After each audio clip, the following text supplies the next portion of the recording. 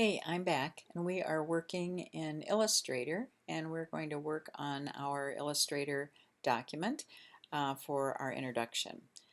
The first thing that we're going to do is activate Illustrator, and for those of you that have not worked in Illustrator before, I'm going to quit this out and cut this out. I access all of my software through the Creative Cloud. And so you'll see that all of my software that I use on a regular basis are here in the drop-down menu from Creative Cloud, which is ultimately comes from adobe.com, where I rent the software from. So I could either open it there, or I can go actually into my System Launchpad and look for my Adobe software. You see Illustrator's right there. Click on that to activate it. For those of you that work on a PC at home, again, I'm not familiar with this, which system you're working with, but just look to see where your applications are filed and you'll find Illustrator there to activate. Normally it's down in the lower left-hand corner of your desktop and you'll see a list that says Programs, I think is what it's called, and you'll see the Adobe group for you there. The other thing that you can always do, if you have a system search up here, you can always do Adobe Illustrator CC 2007, and that will bring you right to where the application is, so you can activate it there. All right, so assuming that you have it activated, we're going to do a File and New, and if you're going to be using, and I would always recommend that you learn the quick key access to the different menu items and tools and so forth. That would be either a Control N if you're on a PC based soft system, or it would be Command N if you're on a Mac. Of course, I'm on a Mac, so it's New or Command N. And you'll see a new document dialog box comes up, and this shows what I've set up recently. And in this particular instance, I've just fairly recently set up a letter size. So that's what the first option that comes up available to me. These are the preset details, and all I'm going to do is title it Introduction Week 1. And the width is going to be 8.5 by 11 inches. Should be the measuring option that you choose. One artboard. The bleed is 0.125. And again, the bleed is the excess, just a little bit of excess space along the outside of your document that gives the printer or the bindery person some wiggle room when they go to trim your documents, and I'll show you that in just a moment. The color mode is CMYK, cyan, magenta, yellow, and black. And the more settings, we really don't need to get into that at all. But the raster effects, the default is 300 pixels per inch, and we'll just leave it at that. Now we are going to create a document. And you'll see that this is our 8.5 by 11. And if you need to prove that to yourself, I bring these up typically anyway, because you can use these rulers for a lot more than just simply checking out your measurements. But here you can show rulers, and you'll see that it is at 8.5.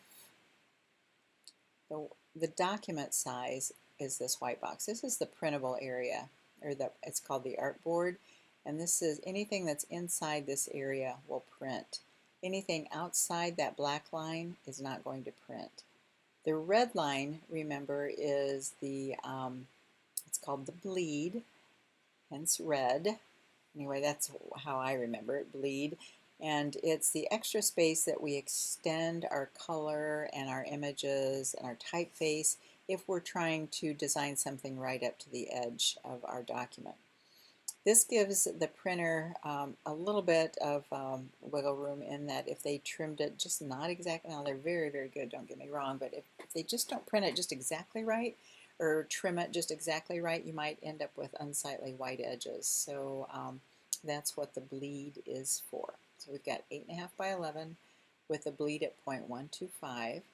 And what we want to do now is reset our Essentials workspace.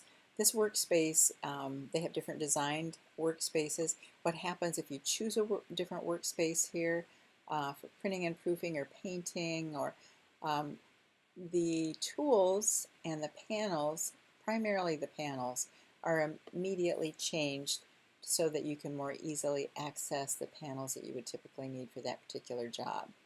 So, but with this particular, did I say particular about 10 times in the last sentence? Sorry about that. In this document, we are going to use essentials, and I'm going to reset essentials to make sure that everything is organized like it's supposed to be. Now you notice that my little toolbox popped right back over there. I like my toolbox closer to my artboard. All right, so that's the document setup. Now, if I have two images saved to my desktop, you can do a couple of different things to get your images. If you're on a Mac, you can go into the photo booth, which is ultimately what I did, and just took an image of myself from the photo booth and clicked and drug it out to the desktop so that it would be available to me there. So that's one option.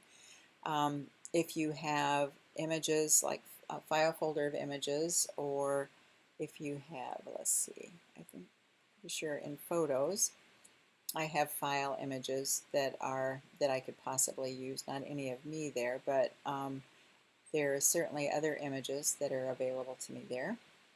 And if I were to choose an image, let's see, this is a friend and I. We were looking at Christmas photos, or looking at Christmas lights in Florida, and so I don't know if that will allow me. Yeah, you can just click, drag, and drop from your photo album, and that will drop on the desktop as well. All right, so there's 2 or 3 different ways. I oftentimes will use my photos in that I have in Facebook.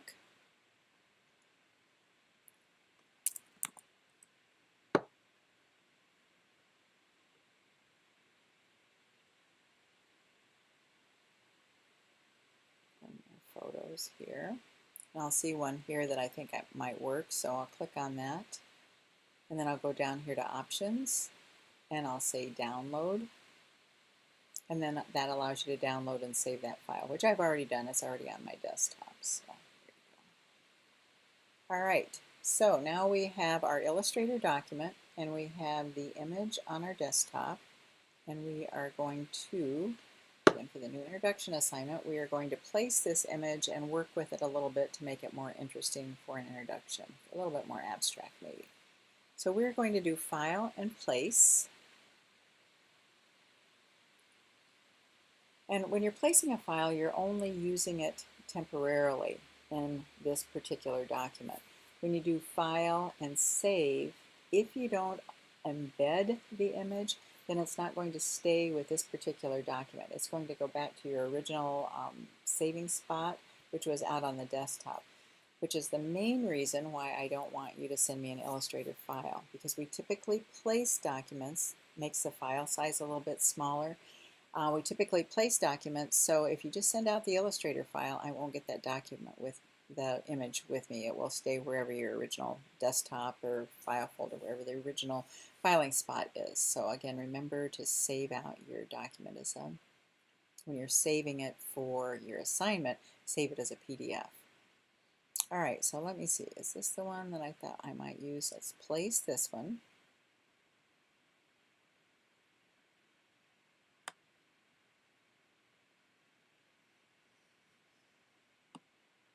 Okay.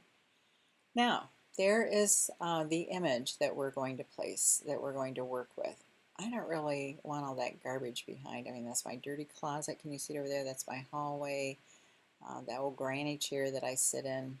I'm going to just chop out some of that. Maybe just use my face. But how should we do this? Let's first of all mess with the image to create a little bit more of an interesting shot. One of the kind of down and dirty ways I do use when I'm looking to manipulate an image, but I really don't have a lot of time to repaint it or reconfigure it much, is I'll go up to this little option in Illustrator called Image Trace. One thing that it does is changes, now this I just placed from Photoshop, right? Or not from Photoshop, but my desktop. It's a JPEG, and a JPEG is typically a raster-based image, which means that if you zoom in, which we will just to show you, zoom in on this. It's kind of hard to see. You'll see little raster. You'll see little raster squares, like you look in Photoshop, and you'll see little squares of color, which would allow you to just choose, one of the little squares of color. It doesn't allow you to change the color, and actually you can't impact it much in Illustrator either, but I thought maybe I could at least get far enough out that you could see the pixels in a raster-based image. But because we want to change the color, we are going to change this from a raster-based to a vector-based image. The way I'm going to do that is I'm going to go up to Image Trace, and I'm going to see what kind of options I've got. I'm going to try technical drawing and see what that, and this is kind of the fun of learning the software. You just click on, for example, a technical drawing and see, wow, that really doesn't look like me nor much of anything, so I don't think I'm going to use that option. Well, let's try the line art and see what that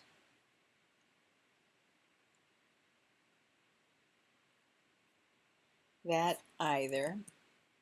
Now let's go up under Obage, and we are going down to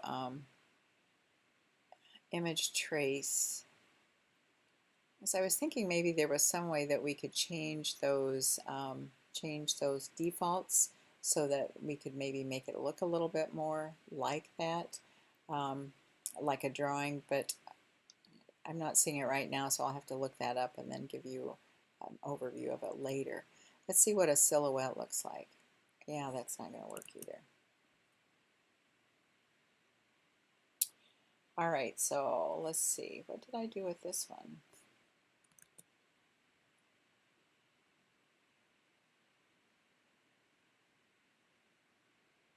Is that black and white logo? That's not too bad. I kind of like that just because it's a little, doesn't show all my wrinkles. Maybe that's why I like it. No, I like it because you can see my eyes. For those of my family that would know me, they might recognize that. But let's see what else we've got. If we go to shades of gray, what happens? This means that there's a lot of pixels that it's changing the colors to, so it will take some time. That's why sometimes I see, yeah, I don't like that. That looks too much like me. So let's try something else. Let's go back up here to 16 colors. I can already tell I'm not going to like that. Too many colors, it will look like the photo is right there. A little bit changed. I mean, there's a little bit of almost looks like a pop art image, but I'm not so crazy. I might come back to that. That might be okay. But let's look at, do a Command-0 or Command-Z to undo it. And then let's go back up to Image Trace again and try 6 colors. Now, I started at the bottom and I've been working my way up. And the way that I get back to my image is just do an Edit, Undo. So I'm going to do this Image Trace. I'm going to go to 6 colors now. See how I like that. It's going to take a little bit of time to reduce it to 6 colors. Oh, yeah, I kind of like that one. I might use that one. But I'm going to change, I'm going to also try the 3 colors as well as another option there. So what I've been doing is doing Command or Control Z. That just undoes the last step that I made. So if I do a Command Z again, that just steps back one. I'm going to go back up under Image Trace, and that was 6 colors, right? Let's try a 3 color.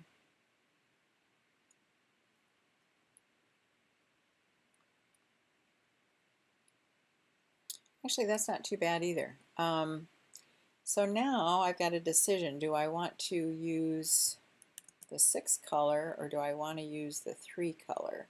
Now this low fidelity, high fidelity photo, let's try look at the low fidelity. The high fidelity just kind of looks like it is there, but let's see what that results in. Not too bad. Again, did I just do that before? Gosh, I'm going to do Command Z. Anyway, I think I am going to stick with the, let's do 3 colors.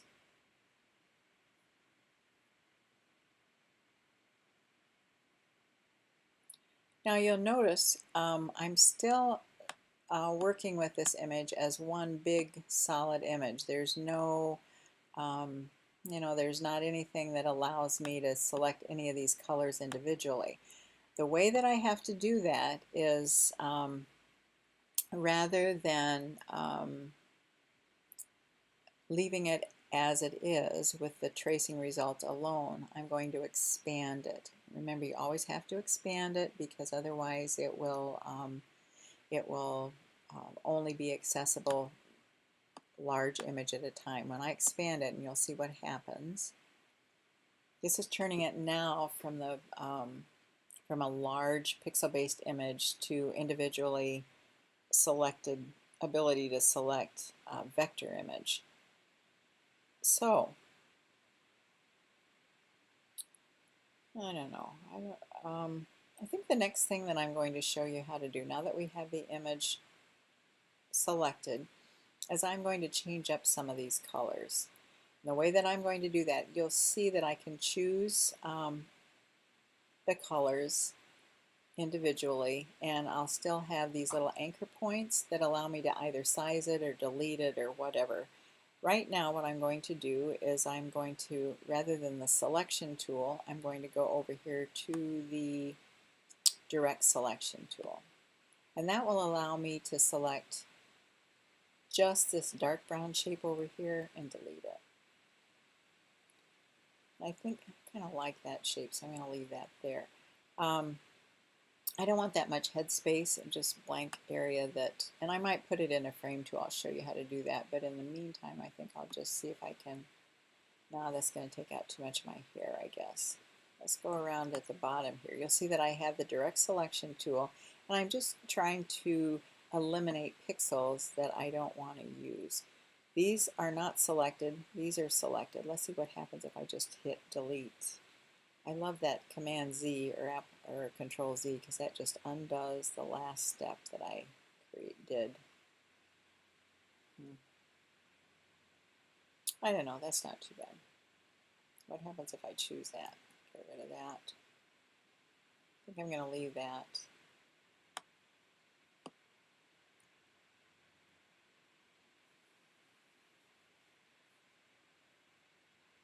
All right, and then this is where, the individual artwork kind of gets fun when it relates to these kinds of images. I'm just using my direct selection tool, which in the selection process, the basic shapes, and I'll talk a little bit about that more next time, but the basic shapes process with the selection tools, you can, I'll show you just real quickly. Right, there's a basic rectangle. Now, if I click on it with just the selection tool, I get the whole shape. I can also get the direct selection tool and just click over here in one of the corners. I get just one anchor point that I can change. And then the group selection tool will again select that along with anything else that I happen to have grouped with it.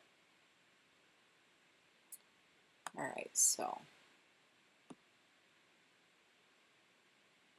let's see if I can get rid of this down here.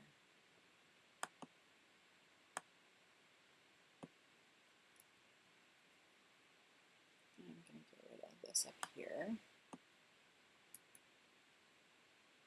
And maybe get rid of this. How about these? Again, I'm using the group selection tool, and I'm just clicking and dragging an imaginary rectangle around those things that I don't think I really want in that image so much. Now let's see if that works down here. Okay, not too bad. All right, now if the colors are kind of interesting, but not necessarily my favorite. What is this sticking up back here? I don't think I like that. Okay, let's get rid of All right, so now what I would like to do is maybe test out a different color of this brown. So let's click on that, and you can see that whatever I selected with that group selection tool, the only fill color that I have is this dark brown, and this is a fill color. And then this, if there was a stroke color, that a stroke being the outlining stroke that goes alongside all of these images, that's where you would change that color. We don't have a stroke color. I don't want a stroke color, but I do want to change the brown, I think, and I want to change everything in that image that's that dark brown. So I'm going to go up under the select menu item, and I'm going to select same fill color. So you'll see that everything that's in my image there is selected, and that's brown is selected. Now I can get, you know, a lot crazier with my colors. I may not want to choose it at all. I may want to change it altogether. Oh, I'll be back in a moment. My dogs are thinking somebody's outside. I'll be right back. All right, I'm back. I think, you know, I think I like the brown, dark brown. Oh my goodness, that little brat, he started barking again. So let's try, maybe this is the color I want to change. So again, with my group selection tool, I'm going to choose this color, and you'll see it's all the same color. It's this flesh tone thing. I'm going to go up under select, same, fill color, and maybe change, oh, geez, I don't like that either. Nor that. Nope, nor that. How about something altogether different? Maybe that. Maybe not. What was it originally? It's that pinkish color. Maybe I'll just leave it alone. All right. But now you know how to change your color if you want to do something a little unusual with your color. All right. So what I'm going to do now is to make sure that when I select this thing, it's all selected as one, or so I don't leave an, you know, a little piece of hair or one of my eyeballs over here someplace when I want it over on the other side. So what I'm going to do is get my selection tool, and I'm going to drag an imaginary rectangle around all of those pixels, or all of those vectors, and I'm going to do a Command or Control G. And what that does is that groups them all. So I just did this Command G, and this is how you ungroup it. But anyway, so now if I click and drag that, I can drag it as a group and not as a and not leave an eye someplace where I didn't want to leave it. All right, I really don't like that color. What else is there? Let's see. Okay, bear with me while I try this color one more time.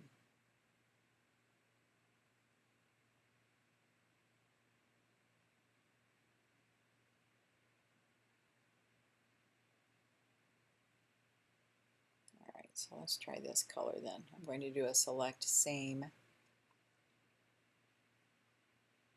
fill color.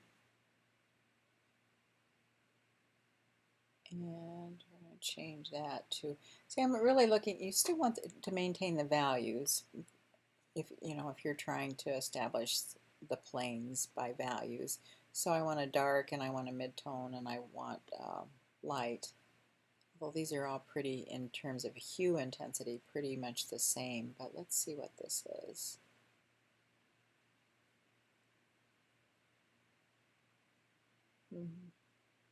Okay. We're going to select the same fill color, and again we're going to change that to that bright yellowish color I had. Or maybe I can make it look better, or okay, whatever, with a background color. So I think what I'm going to do is I'm going to just, again, this is not imaginary. This is the rectangle tool, or M, and I clicked and drew a box around my entire face. And because in the layers format, you'll see in layers, the face layer is underneath the rectangle box that I just drew. We blocked it out accidentally, or not accidentally. So I can just click and drag that and move it up, and there we go. Now I can decide if I really want that, oh my gosh, I'm so sorry, the colors as they are.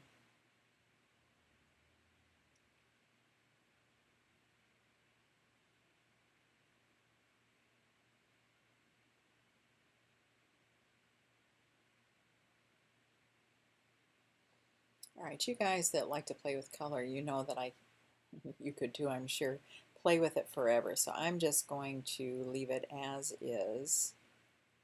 And the next step in the process is to do a couple of little finishing details to that and then write the paragraph. So I'm going to leave it as it is, and I will be back to you in just a moment to finish out what you need to do in order to complete the assignment. Thanks for bearing with me here. See you later.